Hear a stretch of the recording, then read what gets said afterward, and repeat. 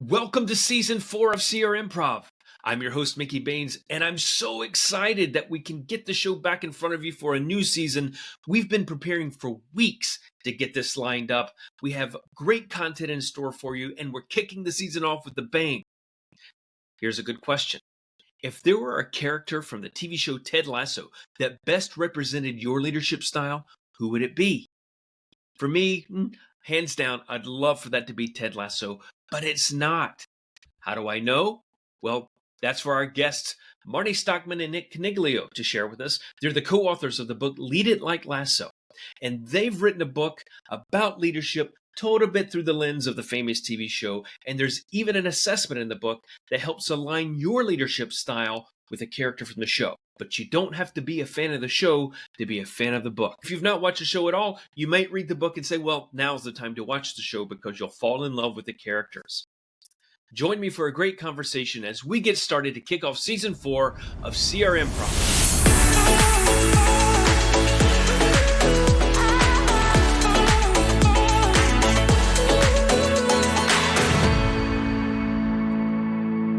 Folks, I got to tell you, I am so excited for this episode. I've been waiting for weeks so that we could get our guests together and get this together.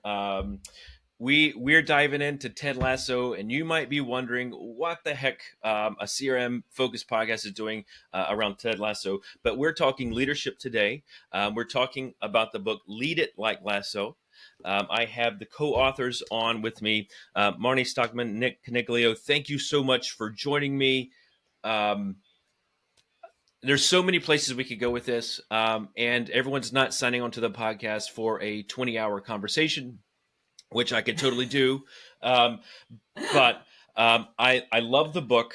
I've got like 5 people on my team already jumping in. We just hired a new staff person who joined us last week, and she was already reading the book and didn't even know that I was that's before. It's fantastic. like, you're meant to be here because you're already diving into You're the right, book. yeah, you are our people. That's right, exactly. You are our people. But let's talk a little. I want to talk about the book. I want to talk about the principles that you want to share to readers of the book.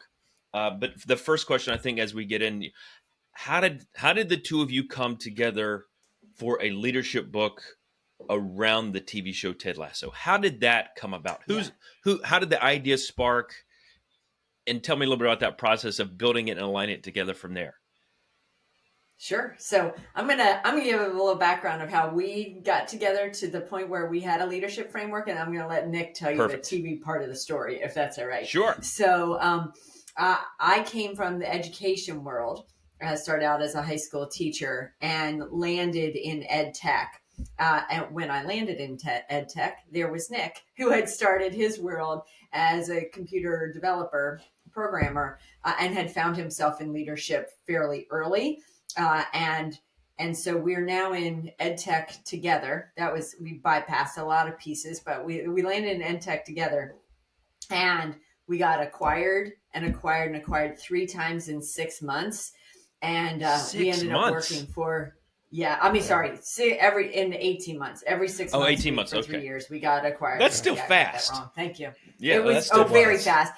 Especially because every time they do that, they would cut our team by 30% and double our customers overnight. And in the last one of those acquisitions, we sort of saw the good, the bad, and the ugly, but we felt like we were working for Rupert Mannion. And so you can imagine, as a Ted Lasso fan, you do not want to be working for the Rupert Mannion of the world. So I'm going to just set it up with that. And then, in the course of doing that, though, I will say one more thing, that when you have that happen, those forcing functions that happen that quickly, back to back to back, you learn a lot about your core values. You learn a lot about what's important to you, and you do develop some skills on how to scale quickly. So we had built a framework, and we had built some passion about how we felt like running a business. And I'll stop there. You go, Nick. Yeah. So we ended up deciding to take that leap, and we started a business. And we happened to start a business actually the first year that Ted Lasso aired, 2019.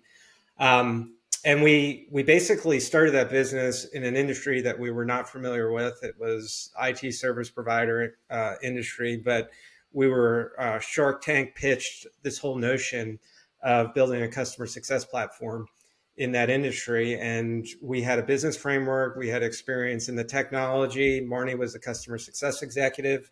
And long story short, we started, scaled, and built that business to a multi-million-dollar business and sold it in 3 years. And when we got out, we had a lot of people asking us, okay, well, how did you do it? You guys were complete strangers. You guys were fish out of water to this industry. Sound familiar? How did you do it? And we toyed with the idea, and we joked about it. We said we should write a book about it. And we thought the key points of our trajectory, our lessons learned, was our leadership framework. And then we were thinking about, okay, how do we write this and relate this to people so it's engaging and entertaining. And that was during COVID. I had watched Ted Lasso. I was a big soccer fan. My son played soccer. I had watched Ted Lasso, and as I was watching it, I'm looking at this Ted Lasso character. I'm like, oh my God, I've been working with Ted Lasso for the past 10 years. It is Marnie Stockman, right? Her enthusiasm, her positivity, her authenticity. It was Ted Lasso. And we thought, you know what, we can tell our story like everybody tells their story, and it's boring, but why don't we tell it in a way that it's really entertaining and relatable? Mm-hmm. And that's how it came to be. We married it to the show Ted Lasso, because as you know, Ted Lasso is not a show about soccer. It's a show about personal development. It's a show about leadership. It's a show about authenticity. All the elements of leadership are represented episode in and episode out. And that's how Lead It Like Lasso came to be. It's interesting because you're right. The show's not about soccer. It's in a sense, before we were recording, I was just talking a little about the show The Office, but in a sense, it's presented like The Office, and that it's a workplace show, and the workplace just happens to be a soccer club pitch. Yeah, that's right. So it's very interesting, and I do, I've watched a lot of the behind the scenes and building up to the show, and the process that they took, and I think it was when it was picked up from the executive production company, that was their kind of requirement. This is not a soccer show. And so that was kind of they already knew that. And I think that's where they were aligned. They were each other's people. So you had a framework for leadership in place first, and then adapted that to the show. It was one of my other questions, is which came first, chicken or the egg, show or the leadership framework? Yeah. The framework came first, and you applied the principles to the show.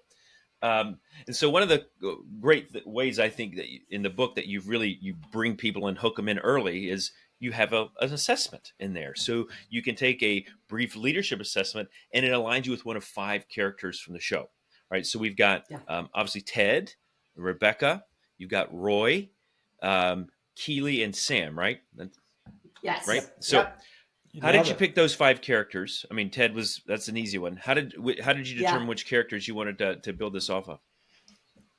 So we wanted, one of the things that we think is important, even though the book is called Lead It Like Lasso, really we don't all need to be Ted. Everybody wants to be Ted, but yes. But we need all different characters, right? You don't have to be one archetype to be a successful leader. So we wanted to pick characters that had relatively discrete, not a ton of overlap, strengths, and clear identifiable elements of areas of improvement as well. So we really wanted to get people to understand that, what appears to be harsh Roy Kent versus what appears to be super kind Sam, they both can be leaders. You don't have to be one type. So that was kind of our first thought in selecting those. And then of course, fan favorites, and a lot of people, you don't have to be in charge to be a leader, right? One of the things we always say is everyone is a leader. And I think if you quizzed people on the street, Sam and Keely wouldn't come out as people that, somebody said they're great leaders. So we wanted to show people how you can lead from lots of places. and I know you talk about this in the book too, but for the show themselves, if you see Jason Sudeikis and the other producers and characters in there, actors that are performing there, they talk about the arc of the show, the arc of a season, the arc of a character. And I think you see the arc of the leadership in a lot of those characters progress. Yes, Ted has some progression, but he already starts at a pretty high level. But you can see leadership with Sam evolve. You can see Keely is, I think, Keely and Roy together, the best examples of significant changes coming from. I mean, Roy changes from being a leader of a team to now he has to be as a player to as a coach. You see that with Jamie when is that relationship that they build together, and there's just a lot there. And then, of course, with Keely, and she starting her own company and going through that, I think you see a lot of those arcs for those characters, and I think those, in my mind, the reasons to select them specifically is because you really can see some of those changes, some subtle, some not so subtle changes. And you mentioned this morning, does everyone really want to be Ted? I so took that assessment. I want to be Ted. I have moments where I think I can be, but I can't sustain those moments because I have other intuitions and drive that push me in other directions. Does everyone really want to be Ted? Have you met anyone that didn't want to be Ted? Yeah, I mean, everybody says they want to be Ted, but what's interesting, we're on a number of podcasts, and when we go out on our speaking circuit, we either ask or we get asked, who's the favorite character in the show, and I think this kind of reflects a little bit about what you were talking about earlier, Nikki. But nobody ever says their favorite character is Ted in the show. So when they take the assessment, everybody says, "Yeah, I want to be Ted," but everybody who says, "Okay, my favorite character was Roy or Jamie or Trent or something to that effect." And I think it goes back to what you were saying earlier. It's that Ted really started at such a high level, and people appreciate the arc, the progression, how people expanded their own leadership qualities. Take Roy from the very beginning, episode 1, through the very end. His arc was tremendous. Even Jamie and Keely, exactly like you said. So yes, everybody does want to be Ted, but people really appreciate the other characters in their journey and in really their development throughout the course of the series. Yeah.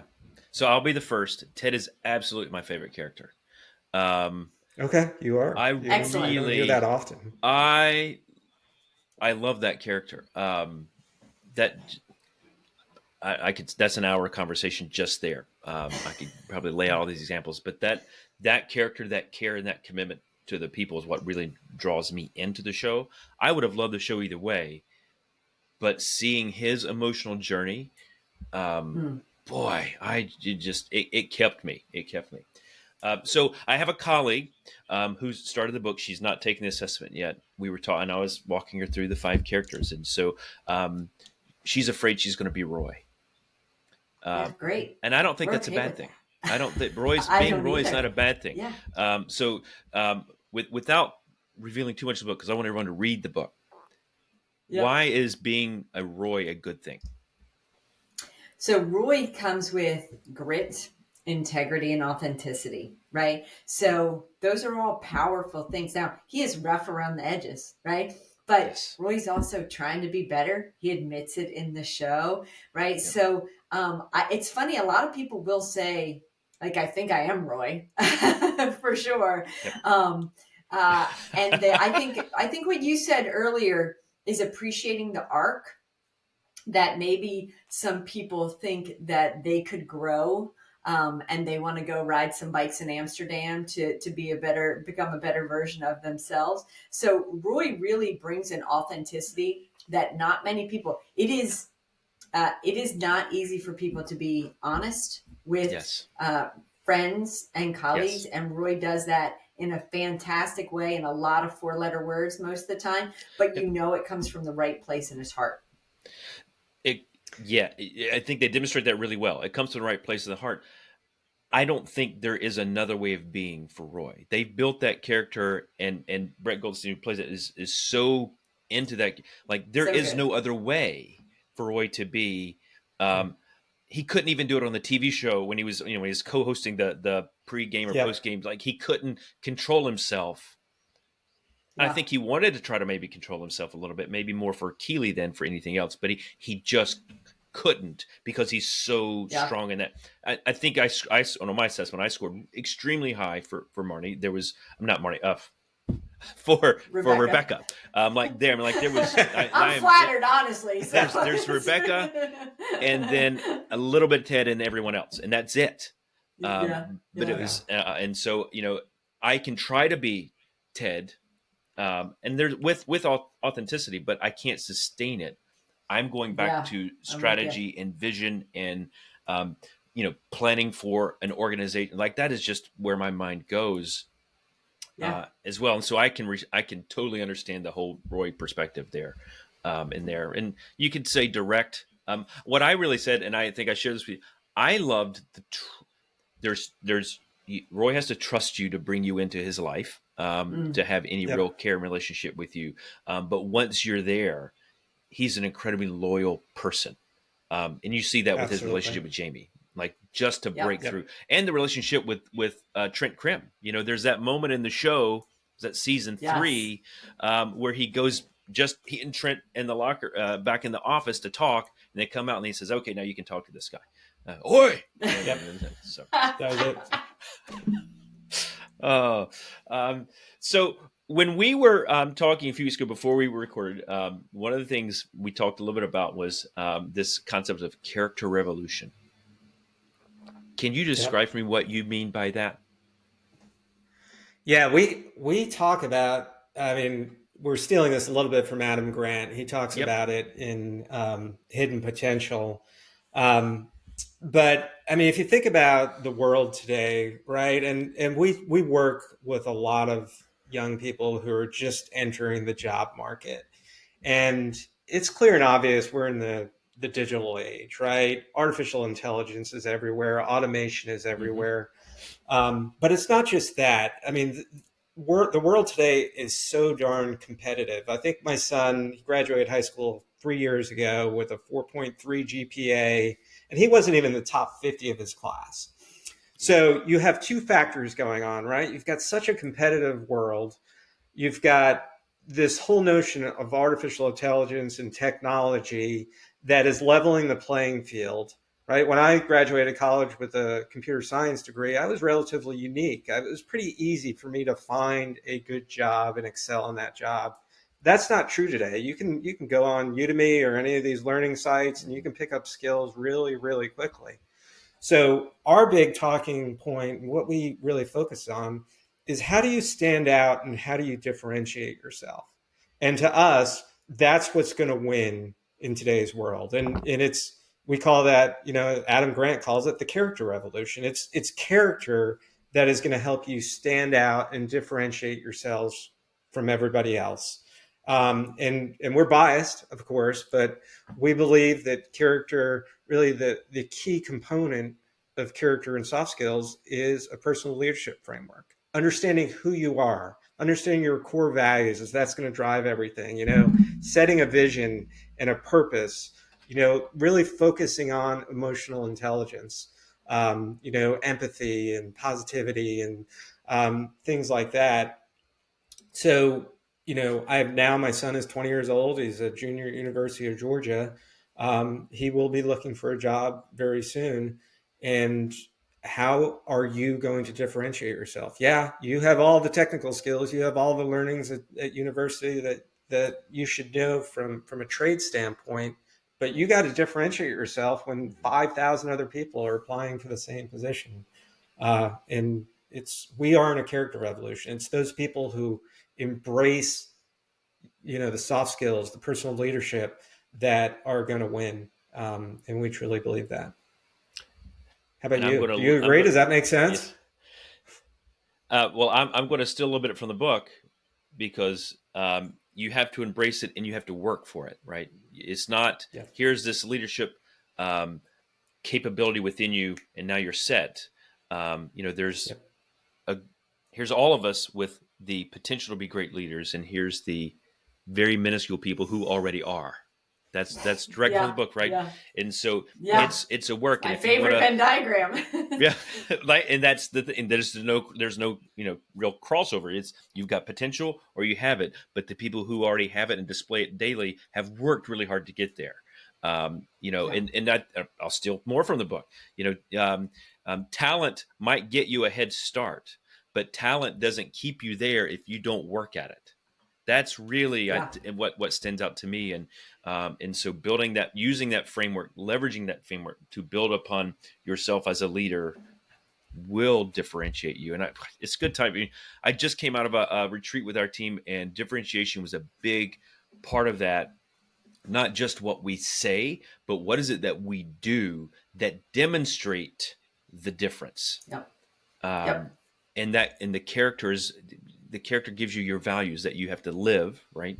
There's a whole section on values and culture in the book too, and it's the values are demonstrated in the culture, right? That how many times are we going to live from your That's book? how they play out. Yes, right. That's what But that's when you want to know what the values are, the culture of organization demonstrate. It doesn't matter what you have written. I mean, it matters what you have written, but if you don't live and breathe it, it won't be a part of the culture, and the culture will help you assess whether or not you are living and breathing those values. Is really, I guess, my point. Exactly. So how, what is your kind of next steps? You've got a book, you've got people reading the book, but how do you continue leveraging the framework and getting people to buy into it, to start using it for themselves? Yeah. So, our mission is to help everyone become the best version of themselves at scale. And the at scale piece is tricky, right? Because one-on-one, there are only two of us. So the book was step one. And we are now, like today, launching our masterclass on how to lead it like Lasso, which is a personal leadership framework where you really get to do the work. And that is our goal, is to help people do the work. Some folks know what they need to do, but if you can lay it out in a path to help them get there, we think that's a little bit easier. And it's interesting because a lot of what you just talked about is what we help people work through, defining their core values, helping them realize how that plays out in behaviors. I work with a student that I mentor, and part of what we talk about is what kind of recommendation are you going to need to get a job that you want? And then, so we've kind of picked 3 folks that he wants to target for a recommendation. And we talk about how do you want each one to describe you? And then what are you doing in front of them to stand out that you are in fact doing those things? So the masterclass is really helping folks develop like their own personal pitch deck of this is me, this is who I am, this is where we're going. So that is next step for us. And it's happening right now, which we're really excited about. So thanks for asking that question. I think it's funny important. That go ahead, Nick. Sorry. Yeah. I was just going to say, it's just to tie into what you're saying earlier. I can't tell you how many times, because we recorded the masterclass and it's us talking. I can't tell you how many times we say what you just said earlier, Mickey, in the masterclass itself, which is you have to do the work, right? Yeah. Nobody is born a leader. It's something you learn and you evolve over time. So what you brought up earlier, I just want to reinforce it. You have to do the work if you want to become the best version of yourself. And the masterclass gives you a more hands-on framework for how to do the work. There's a full workbook that goes along with it, and we really break it down into small activities. And like Nick said, we've recorded, so it's a video. It's an asynchronous class, so people can do it on their own time, where they'll listen to the pieces, the stories, the ideas, and the framework, and then have reflection time to do that work. And it's, I've taken my fair share of online courses. I've seen the good, the bad, and the ugly, and we really wanted to make it different. And it is not one of those courses where you just hit play and walk, go do your dishes and laundry, and then come at the end and take a quiz. We say at the beginning, you'll pass the class, but you're the hardest grader of yourself, and you're the one that decides, are you doing the work? I find, from leadership, because the masterclass gets you started. I have to go back and reflect regularly. I got a little light flickering here. Let's turn it off. I have to go back and reflect because you have to sustain it. It gets me going, Yeah. but I've been looking at myself with a viewpoint of what type of leader are you for, probably since 2006 is probably when I really made a commitment to that. But I still today have to go back occasionally. That's why I re-listen to books. It reminds me of certain minute areas, not huge focal points, but small pieces. Where do you do it? I know you referenced Brene Brown in there in the book. I've got a book of hers over my shoulder, Yeah, you and do. in that book, Dare to Lead, right? It's Yeah. one of the things when we talk about communication and the importance of clarity, crystal clear directions and instructions in terms of working with the team, and paint it done is a concept that she brings up there. Paint it done. What does done look like? And I'm not great at that. Yep. That's not instinctive to me. And so I need to go back and think about that routinely, to go back and say, if I'm struggling with a colleague, if I'm struggling with a client, why?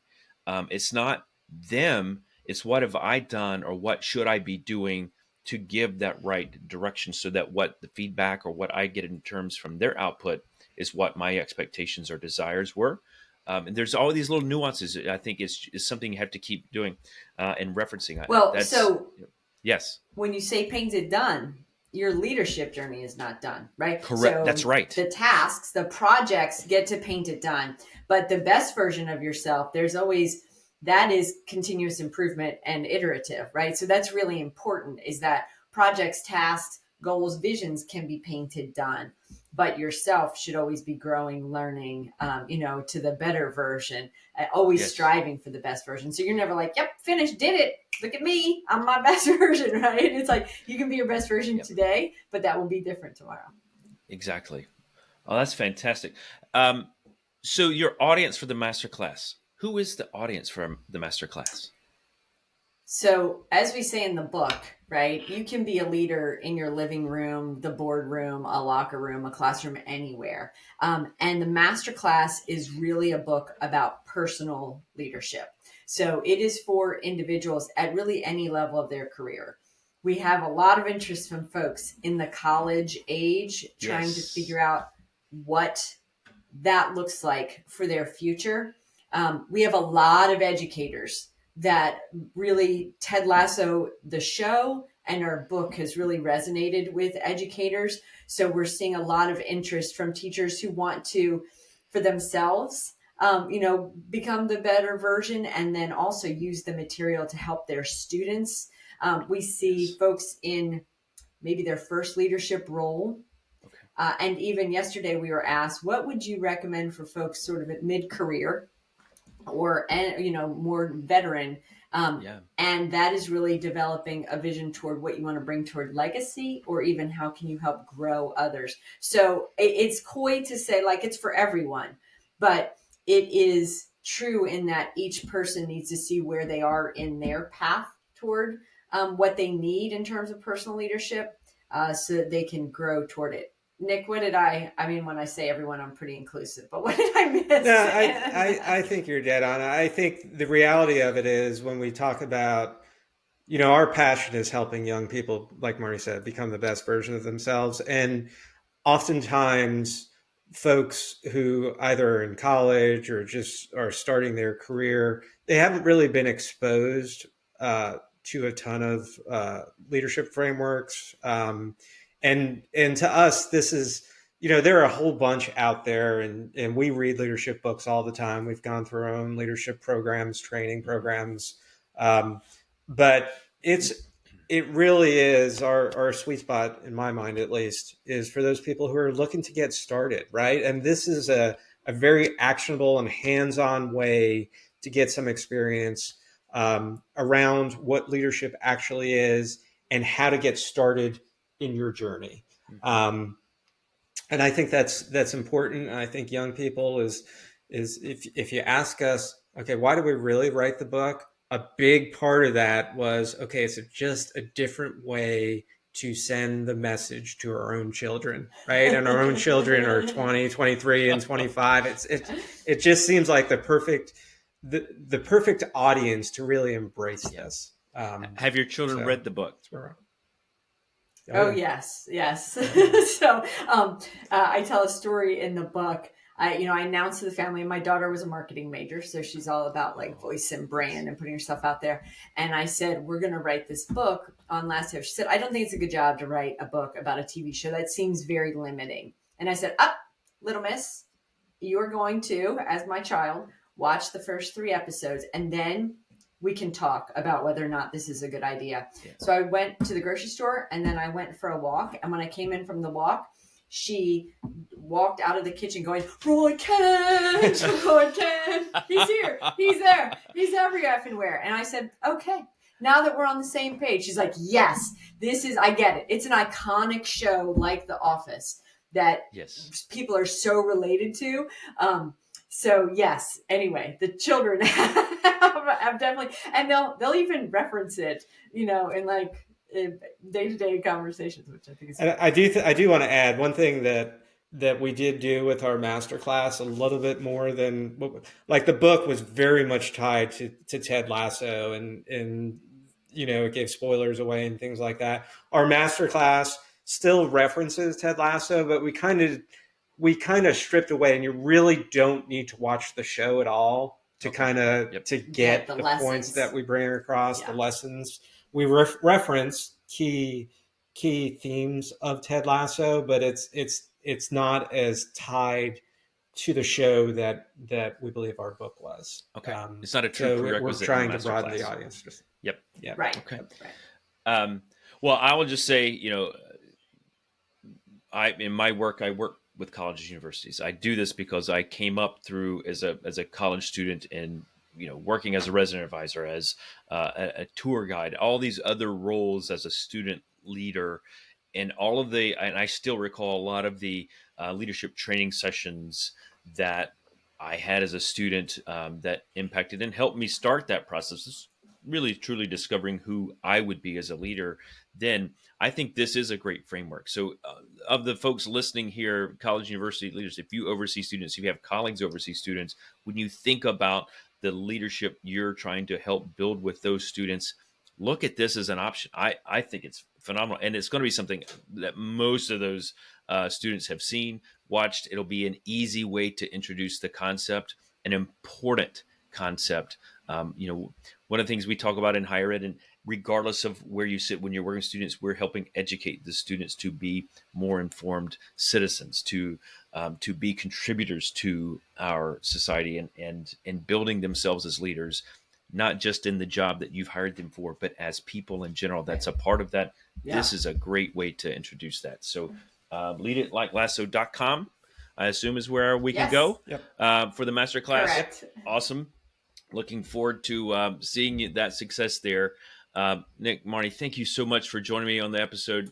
Thank you. I would love to keep going, but I know people have the walks that you might be taking, or the car ride to work is not going to be 7 hours long. So yes, thank you so much for joining me, everyone. The book, Lead It Like Lasso.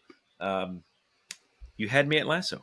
It's that simple. Aww. So yes, thank you for joining me. Everyone else, thank you for watching, listening. I hope this episode, like all of our episodes, has been helpful for you. And by the podcast police, I have to say this: please like, subscribe, and comment to the podcast. Let us know what you thought. Let us know which character you found in the assessment that best fits you and your style.